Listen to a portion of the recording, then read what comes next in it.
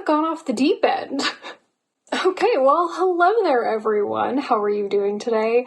My name is Jessie, and I am a born-again Swiftie. So my, prime Swiftie time was the Fearless and Speak Now eras, and I did go to the Speak Now tour when I was in high school, and I sort of fell off after 1989. I still heard a lot of the hits on the radio, but I didn't listen to the whole albums. And I was never really involved in the Swiftie community. I was more just, listening to the albums and, dancing around in my room.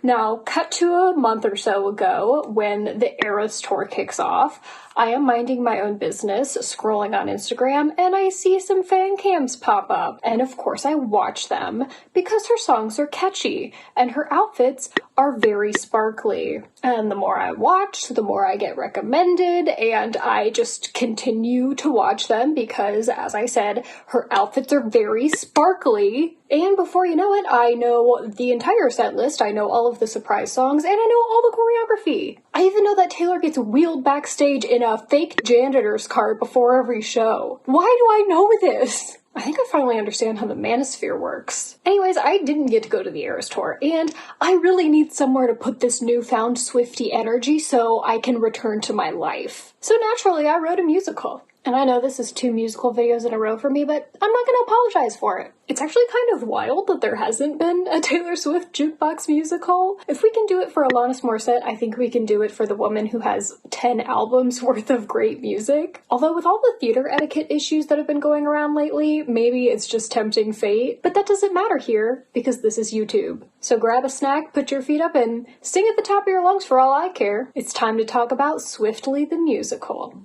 If you have a better name suggestion, let me know, because I am not married to that one. So my main goal with this musical was to, number 1, try to include a song from every single one of her albums. And number 2, generally focus on the more popular and well-known songs, because you don't go to a jukebox musical for the B-sides. And today I am going to be talking you through the outline for the main A-plot with the 3 main characters. So just know that in practice, there would obviously be more characters, more plot lines, more stuff going on, but we don't have time for that today. So, fill in the blanks with your imagination. And that's about it. I think it's time to cue the overture. So our opening number is Welcome to New York, and this is where we meet our protagonist, Beth. And she has just moved to New York after scoring a book deal with her romance novel that she wrote based on a past love in her life. And this is just a nice upbeat song, very straightforward, welcome to New York,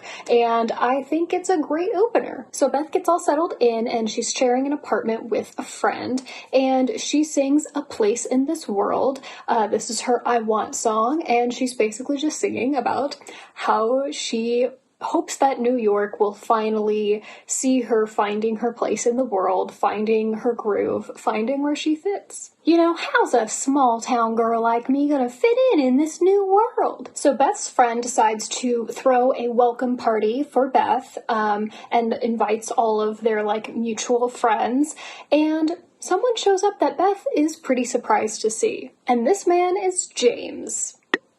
He is the past love that Beth has been writing about, and apparently he is now a successful businessman, and he runs in sort of the same circles as Beth's friends. So they kind of sneak off by themselves onto the balcony, and they're catching up and reminiscing, and they sing Miss Americana and the Heartbreak Prince, where they're basically just reminiscing about the good old days. But Beth seems a little more firm that, those days are definitely in the past. And we also get some little hints about what happened between them in their conversation, and it does seem like James chose another woman over Beth, and they're still together today. And the two are interrupted by Beth's friends calling her back into the party because they want her to read a snippet from her book. And after a little bit of convincing, she does agree, and she sings Speak Now, and this is sort of diegetically her reading, but we're seeing the scene fold out in song. And I kind of envision the ensemble cast like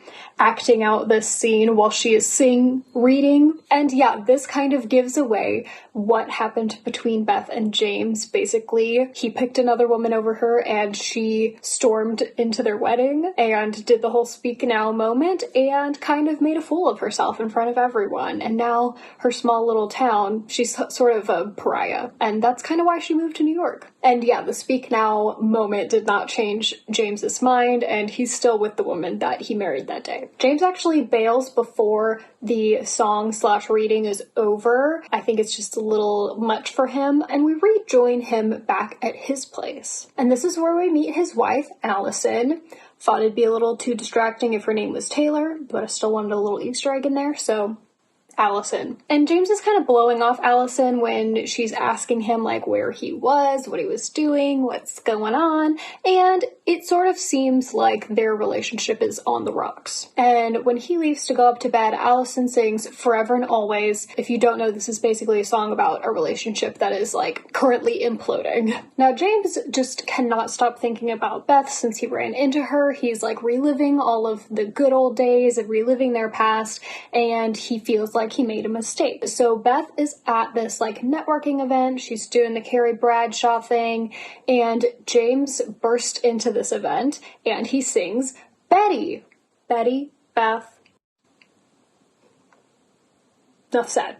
And this song is technically from the perspective of a 17-year-old kid named James, but the way I see it in context is James is like symbolically trying to turn back time, and he's singing from the perspective of his 17-year-old self, who is trying to correct his mistakes. So he sings a song begging her to take him back, and wouldn't you know it, Beth takes him back. And our next song is Willow, and this is going to be a little montage song where we see their relationship progress, and I think it'd be cute if they could sing it as a little duet. But yeah, we see them picking up where they left off basically, and James is Beth's man and he is wrecking her plans. And wreck he does. Beth goes into work the next day. She finds out that her book release has been postponed indefinitely because she's being sued for using someone's likeness in the book without permission. And the publisher just like does not have the time or money to deal with this nonsense,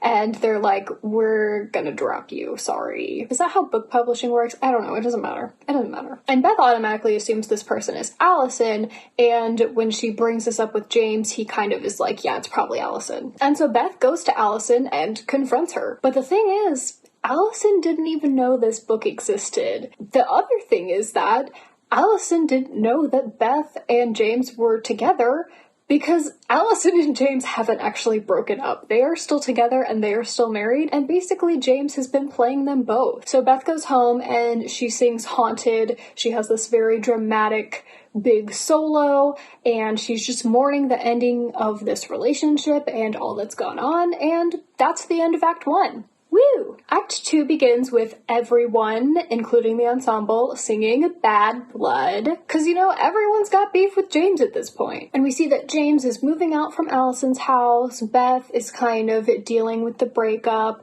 And we see Beth's publisher with all of these, like, unreleasable books in boxes, and yeah, everyone's just pissed at James. Now, to Beth's surprise, Allison actually reaches out to her and wants to meet up, so they go out and they have a little gals wine night to complain about everything. Allison kind of starts spilling some tea about James and how he may not have the most savory business dealings going on, and Beth starts formulating this plan in her head of how she can get back at James and also get her life back. Beth sings vigilante shit where she's basically trying to convince Allison to go along with her with this plan, and it's like very Chicago vibes. I know the performance in the concert is like he had it coming vibes. I'm thinking this is more like I Simply Cannot Do It Alone vibes, where she's like, this is what we're gonna do. Vigilante shit. And the crucial thing here is that Allison is going to have to sneak back into James's apartment in order to retrieve some documents that, like, prove everything. She got the envelope where you think she got it from, baby. She got it from Allison. So Allison gets into the apartment, and as she's sifting through his stuff, there's a lot of old memorabilia from their lives, and she starts kind of being nostalgic, and she sings All Too Well. This is her kind of last moment to decide, am I going to burn this bridge and do this, or am I gonna go back to him? Of course, our girl would never let us down. She grabs the documents that we need, and she gets out of there. And this next song is going to be a big, fun number where we all storm into James's office, and he gets arrested, and we have this, like, climactic moment. And we're singing, "This is why we can't have nice things, darling." And then, guys, it's time for the finale. To close us out, everyone is going to sing Karma, of course. We basically just get to see a, like, where are they now of all of our characters. Beth's book gets released, and she's a #1 best-selling author, and Allison and her are still best friends. Allison finds new love, probably with one of the characters that I didn't include, and James is in white collar prison or some shit. But yeah, everyone but James lives happily ever after. Yay! And that is all for my Taylor Swift Jukebox musical. Do let me know what you thought in the comments down below. I would love to hear it. This was definitely an interesting undertaking because you have to, like, fit all of these story pieces into existing songs and narratives. And I chose to do, like, the Eras version, but I really think you could do a whole Jukebox musical out of pretty much any of her albums. Like, you could do the Speak Now Jukebox musical or the Midnight's Jukebox musical, like, whatever. So yeah, let me know down below what you would do for a Taylor Swift Jukebox musical. And of course, leave a like if you liked this video, subscribe if you want to see more from me, and just thank you so much for watching. I appreciate it so much, and I will see y'all next time. Bye! Bye!